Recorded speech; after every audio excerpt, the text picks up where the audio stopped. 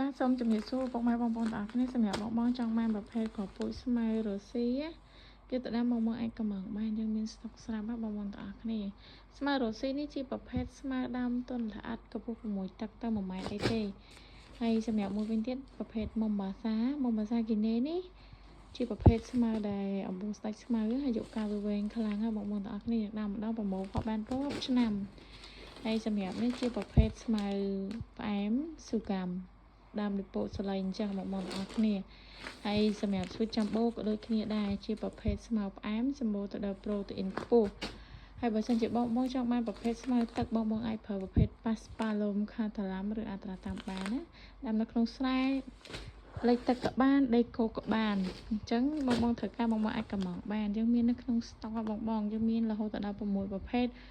បងមានតែដីស្រែ